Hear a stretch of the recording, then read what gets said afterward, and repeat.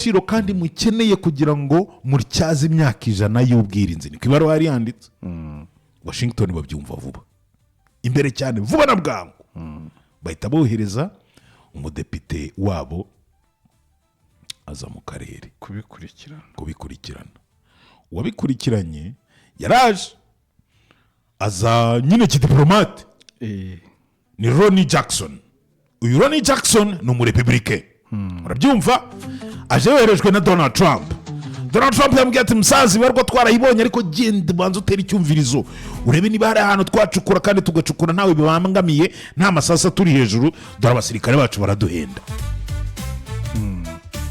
Uracyumva?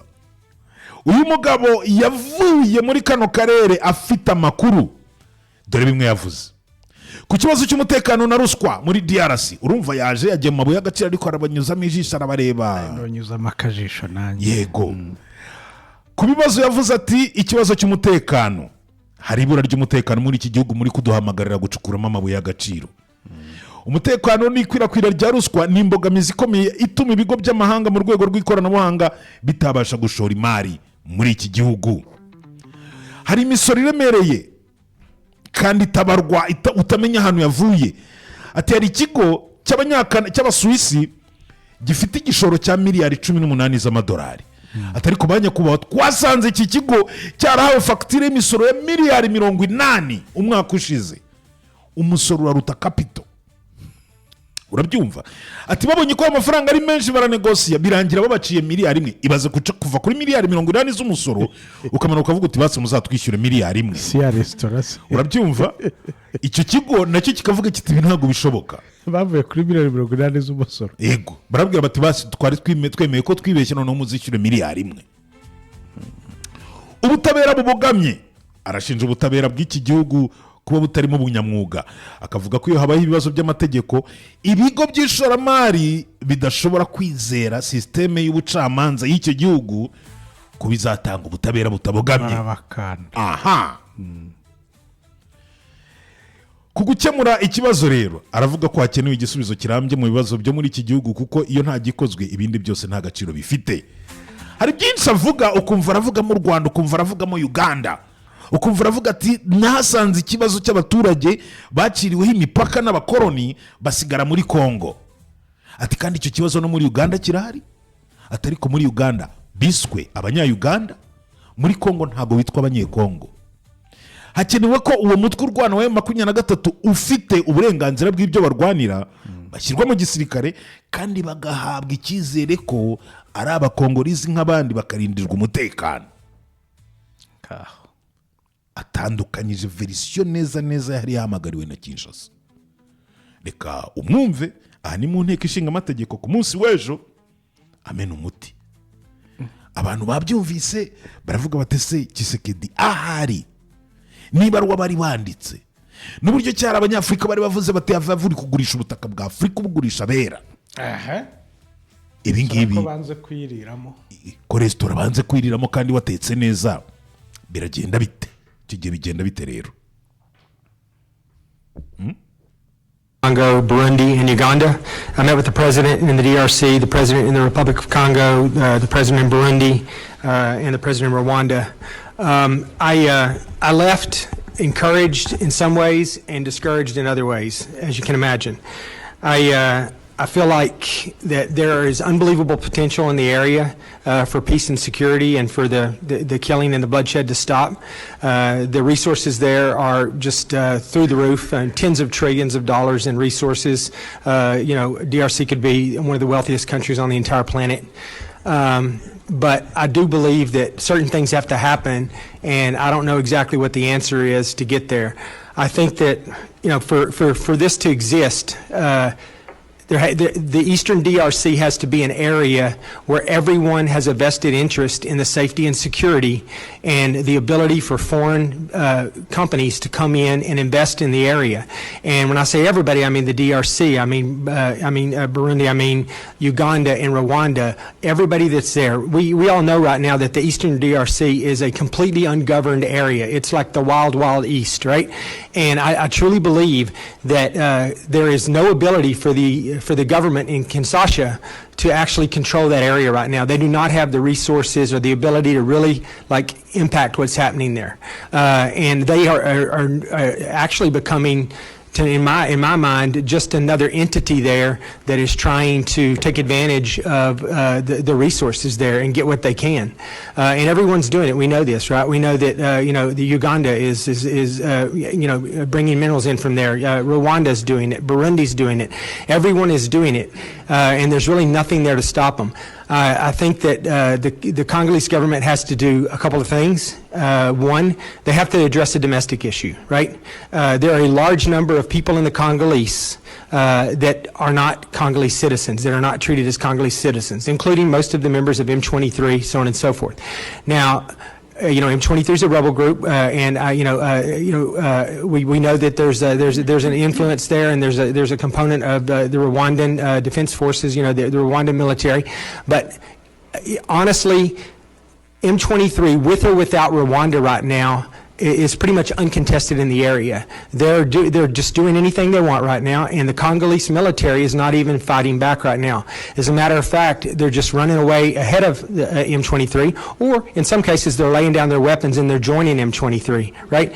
So I think that the Congolese government's in a bad position here, but I do believe, it's been a long-standing issue, is my understanding, that there are certain people in the eastern DRC that are unrecognized as Congolese citizens, and that maybe in part because this used to be Rwanda before the lines were redrawn many years ago, and that used to be part of Rwanda. But I would submit to you that there's a large part of Uganda that also used to be Rwanda as well. And after it's been redrawn, now it's Uganda. Those people were immediately assimilated and treated as Ugandan citizens, but that has not happened in the DRC. And I think that's part of the problem. I think that this domestic issue has to be addressed, that everyone in the region, everyone in the country has to be treated as a Congolese citizen with all the rights and privileges of such. I think that this is a difficult thing to do, but I think at some point the armed resistance of M23 are not going to just put down their weapons and walk away. I think that they are an armed resistance. There has to be an effort somehow to incorporate them into the Congolese military and make them feel like Congolese citizens that are protecting their country, not what's going on right now. I think that that's one of the problems. I think the other problem is that they have the domestic problem, or they have the international problem, obviously, which mainly focuses right now with around the relationship with Rwanda. And I think that there has to be an ability for Rwanda and the president. I talked to Kagame, I talked to Tshisekedi, I talked to both of them, and I think that one of the biggest problems right now is personally they can't get along. And I think that at some point people have to put their personal differences aside. This has to be a region that's beneficial for everybody, that everybody sees profit, and everybody has a reason for that to be an area of stability, right? And I think that I don't know the answer to this for sure, but the neighboring countries have to benefit from the minerals that are in the eastern DRC as well, whether that's they have some refining capability and the minerals are mined there and refined elsewhere, or there's a refining capability in the DRC, refining capability in Rwanda. Everybody has an ability to make some money from what's going on there. Then I think everyone will have an interest in making sure that this is a safe and secure area. They're going to need foreign investment to come in. They're going to need other countries' businesses to want to come and operate there. Right now that can't happen because there's not the required level of safety and security, and there's not the lack of corruption. It doesn't, there's going to be a certain level of corruption everywhere you go. But, when I was there, I was shocked at the level of corruption there. I talked to a Swiss company this morning, and they told me that their company was worth something like $18 billion, and they got a tax bill last year for their company for $80 billion, which is ridiculous, right? And so they protested it, and they got it reduced to $1 billion, which is still hundreds of times more than the profits that they make in the year. So they're being taxed at an unreasonable rate. Bribes, obviously, are a big deal. The Chinese can afford to pay the bribes, or they're willing to pay the bribes, and we as the United States are not. Many countries are not willing to do that, so they end up being able to compete without competition. There's a biased justice system as well. You can never be assured that if you go there and you get into some kind of legal disagreement, that it's going to be a fair judgment, and they're going to rule in your favor if you're in the right. There's manipulated exchange rates. There's unreasonable fines. There's evidence everywhere that members of the government and their family are getting filthy rich from what's going on there, while the population there is starving and, and living in a horrible environment. I think that we have to come up with a way to fix this. I think that until that happens, a lot of this other stuff is not going to matter. I don't know the answer to this, but I would like to get your opinion, each of you. Do you think that in the current situation that we're in, and obviously there's other issues too, I just want to mention too, just for the record, but there are... wumvisemo byinshi n'iminota 6 ahasoreje harimo ruswa, harimo ibiciro by'ivunjisha bidahagaze bihora bihinduka, harimo aho ushora miliyoni 18 bakazakwishyuza miliyari 40 z'amadolari, wayagabanya ukayagira miliyari imwe nabwo bakakubwira bati nayanga ntituyakora mu mwaka. Bumvisemo igihugu ushobora gushoramo miliyari 18 z'amadolari ariko ku mwaka ntukora inyungu ya miliyari y'amadolari. Wumvisemo umudepite uvuga ngo ibihugu bituranye na kiriya gihugu nabyo bishobora kugira amahirwe yo kungukira mu butunzi kiriya gihugu gifite, aho kugira ngo tuze ducukure dutware ibyo byasiga konfuri muri kariya karere.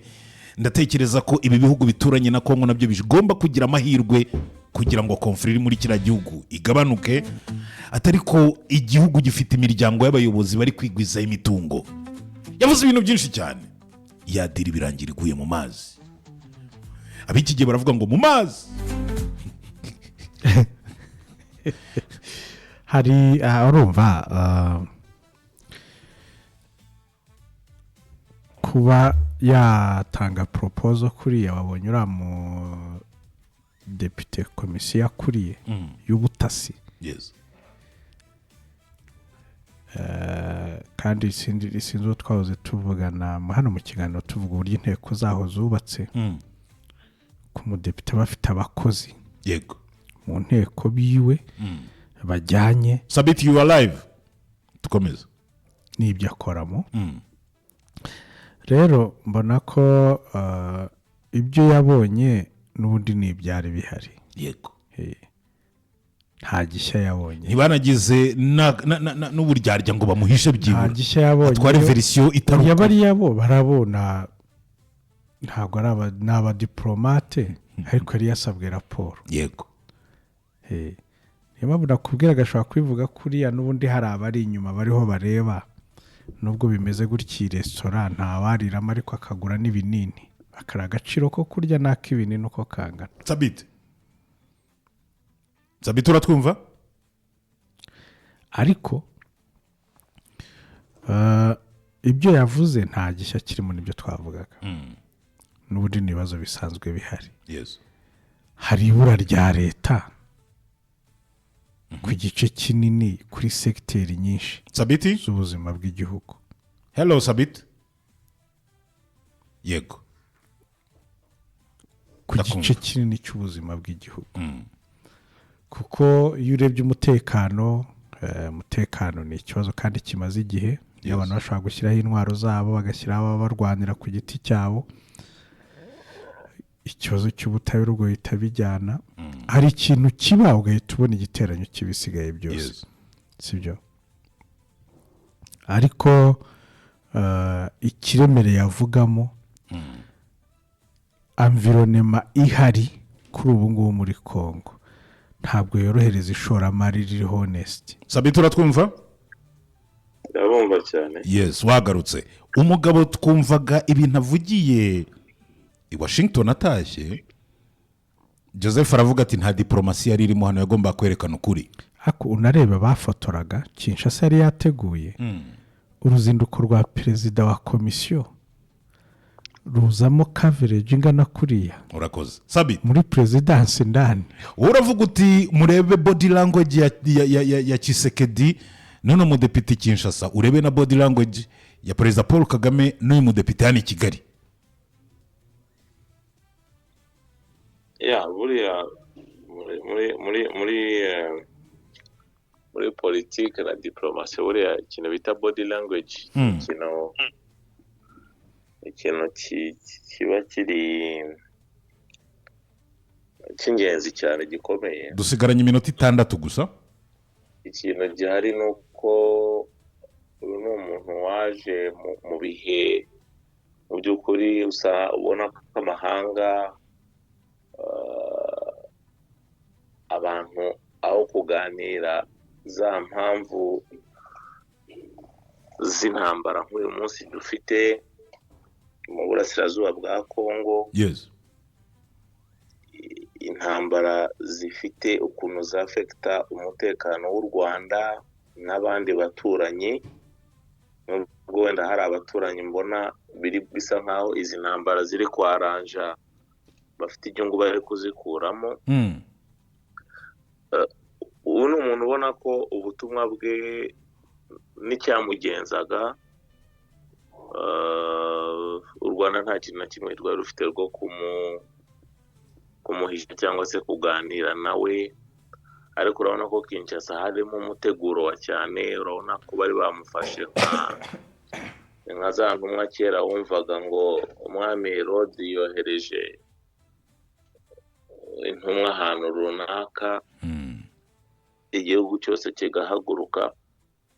So ni imwe mu Rwanda ari intumwa nk'izindi ntumwa zoherejwe n'ibihugu. yego, Ariko icy'ingenzi ni uko administration Trump ubona ko na mbere yo gufata bimwe mu byemezo runaka ibanza kohereza umuntu kuri tere. urabona ko bakoresha approach ya business cyane. Abanze barebe, batate, baganire n'abantu. Yes, So byari ibintu by'ingenzi. uravuga uti byari ibintu by'ingenzi. Ahangaha rero amabuye y'agaciro ko ntawe utayakeneye, birangiye Leta Zunze Ubumwe za Amerika zivanyemo. Kuki bavuga ngo bino bihugu byo mu karere nabyo bigomba kugira inyungu kuri uyu mutungo DRC ifite kugira ngo haboneke amahoro arambye? Does it make sense? Ndagira ngo nkubwire kuri iryo jambo atari bo ba mbere barikoresheje. Aha, Muri 2012 Nicolas Sarkozy, yes, imbere y'inteko nshingamategeko ndetse na Sena, imitwe yombi iteranye na President Joseph Kabila ahari aho bita kuri Palais du Peuple muri commune ya Lingwala. Sarkozy yababwiye amagambo 3-4. Arababwira, bavandimwe, yes, inshuti, mufite ibihugu 9 bibakikije, mufitanye imbibi. Niba mwumva ko hazaca umutungo kamere wa Kongo uzabaho ugacukurwa, uko byagenda kose, ibihugu muturanye byose nta ruhare cyangwa nta nyungu ibyo bihugu bifite muri ubwo bucukuzi, mu nzira imwe cyangwa indi, ntibizashoboka. Ari nayo mpamvu twebwe i Burayi nk'uko bimeze, ibintu byinshi turabisangira. yes, Hari ukora iki, hari n'ukora iki, hari uwo dukeneraho iki, kugira ngo icyitwa amahoro akunde ahinde. okay, yego. Sinakwana za NGOs. Buri wese agira icyo akora bagahuriza hamwe. Za NGO kurazi tugabana. Yego. Urumva, iryo ni ijambo babwiye Kabila n'abandi na Assemblée Nationale bari kumwe. So urumva ubutumwa bwari bwamaze gupasa. Nagira ngo ubwire rero ko ijambo ryavuzwe muri hariya mu nteko muri Amerika atari nta kintu gishya. Gusa ikintu nashaka kukubwira Maurice, yego, sinzi niba mwabonye kiriya kiganiro cyabaye cyitwaga ngo Metals, Minerals and Mining. Yego, niyo titre ubundi. How the CCP fuels conflict and exploitation in Africa. Ni gute ishyaka rya gikomuniste ry'Ubushinwa riteza umudugararo muri Afurika bakungukira mu bucukuzi? Wamaze kumva aho ngaho, uhagurukiye gusa kuvuga ngo entitire ikiganiro, urumva izina cyangwa se ukuntu bari bise icyo kiganiro. Yes, urumva ko ari CCP. Ikibazo cya mbere cyabo ni Ubushinwa, n'uburyo ki buri kwigwiza amabuye y'agaciro. Iyi ni manda ya Trump abantu batwumva babyumve yo guhangana n'Ubushinwa. yego Guhangana n'Ubushinwa ahantu hambere ni mu kibuga bita Afurika, ahari umutungo kamere, ahari umutungo kamere. Nibyo byandi nakubwiraga ngo kandi wibuke ko Sabiti, wibuke ko mwibarwa yanditswe na wa musenateri hasi yari irimo ko muramutse muje muri ubu bucukuzi mwadukiza Abashinwa bari gucukura mu kavuyo bakaba bari kwigwizaho umutungo namwe mukeneye. aricyo kintu nakubwiraga ngo Faci arasa nkaho yabaye nkaho ari kwandikira Abashinwa abenteresa kuri deal, nkaho bo batabizi, nkaho ari kubigisha batazi icyo bagiye gukora. Kandi mu by'ukuri iyi ari imanda yo guhangana n'Ubushinwa mu nzira zose. Kuba rero inama y'abadepite yaterana ifite uriya mutwe urimo ariya magambo ubucukuzi, amabuye y'agaciro ndetse n'uburyo iki Bushinwa bwigwizaho, bivuze iki mu munota umwe tugiye gusoza? Bivuze ikintu gikomeye cyane, ariko kuko hari iriya titre principale, ariko hari sous-titre yayo ivuga ngo niki Leta Zunze Ubumwe za Amerika n'abikorera bashobora gukora ku bijyanye n'ihohoterwa ry'uburenganzira bwa muntu na ruswa mu bucukuzi bw'amabuye y'agaciro na zahabu bikorwa binyuze mu ntambara, n'ababifitemo akaboko nk'Ubushinwa nk'abandi. Mu by'ukuri ababifitemo, hari ijambo bakoresheje ngo malign China, sinzi niba ubyumva. Sekibi kandi le malin cyangwa se malign ni ukuvuga nka Sekibi, the evil. Banagaruka kuri miliyari kontra miliyari 6 na miliyoni 500 Ubushinwa bwasinyanye na Kabila muri 2008 itarigeze yubahirizwa. Ni ukuvuga ngo Amerika iri mu murongo wo kuvuga ngo ni gute ririya soko twaryigarurira, ariko nanone hari kondisiyo zigomba kujyaho, wenda tuzabigarukaho na vendredi neza kuri dosiye, zigomba gushingirwaho bijyanye na governance, imiyoborere ipfuye ya Leta ya Congo. Ruswa iri ku rwego ruteye ubwoba. Ibyo byose ni ibintu bahaye Amerika, babashyize imbere ibibazo biri imbere muri Congo. Kuri ubu ngubu nubwo hari amahirwe y'ishoramari, ariko inzitizi ni nyinshi cyane kurusha ibisubizo cyangwa se inyungu. Inzitizi ni nyinshi kuruta amahirwe muri kudushyira imbere. Yego Sabiti, wakoze cyane, reka ngushimira. Sawa. Joseph, dusengere gutandukana. Ibyari diri ya Kinshasa biguye mu mazi, ntabwo biragwamo. Bari gutegura yacometsemo akantu kabi cyane kandi gakomeye kuri Leta ya Congo, ka Kivu zombi. Tizahoze ari iz'u Rwanda n'ubundi tabazituye bimwe uburenganzira bwabo. Yego, ati bikenewe ko zigira umutekano, kandi biragaragara ko 23 niyo yaba itafite ubundi bufasha bw'ikindi gihugu. Umva ngo kandi biragaragara ngira rusha imbaraga hariya, ngira harinze zigira umutekano izo Kivu. Gute? Ngo kandi uko bigaragara M23 yamaze kwibaka, niyo nta bundi bufasha bw'ikindi gihugu yabifite, ishobora gukomeza gucunga umutekano waho yafashe. Uwo ni umusenateri wari woherejwe na Donald Trump. Reka tubashimire, mwakoze cyane.